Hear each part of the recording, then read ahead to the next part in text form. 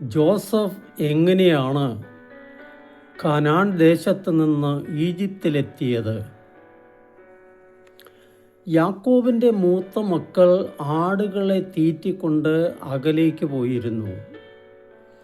അവരുടെ സുഖവിവരങ്ങൾ അറിയാൻ യാക്കോബ് ജോസഫിനെ പറഞ്ഞയച്ചു. സ്വപ്നക്കാരനായ അനിയൻ വരുന്നത് കണ്ടപ്പോൾ ചേട്ടന്മാരുടെ രക്തം തിളയ്ക്കാൻ തുടങ്ങി.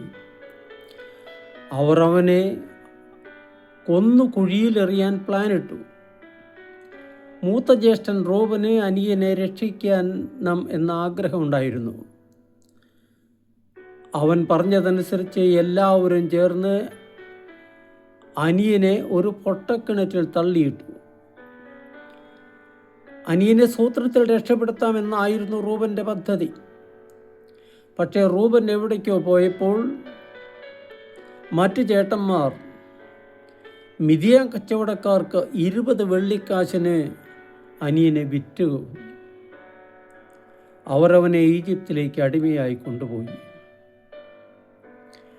അവനെ അവർ ഈജിപ്തിലെ രാജാവ് ഫറവോയുടെ കാവൽപ്പടയുടെ നായകനായിരുന്ന പൊത്തിഫറിന് വിറ്റു.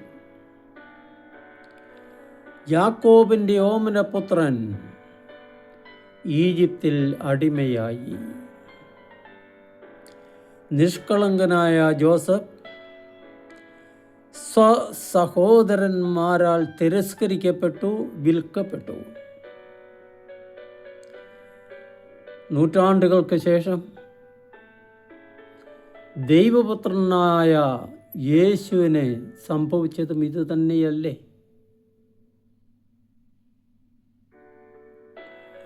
അവൻ തൻ്റെ ജനങ്ങളുടെ അടുക്കലേക്ക് വന്നു, പക്ഷെ അവർ അവനെ സ്വീകരിച്ചില്ല. അവൻ്റെ ജനങ്ങൾ തന്നെ അവനെ 30 വെള്ളിക്കാശിന് വിറ്റു, കുരിശിൽ തറച്ച് കൊന്നുകളഞ്ഞു.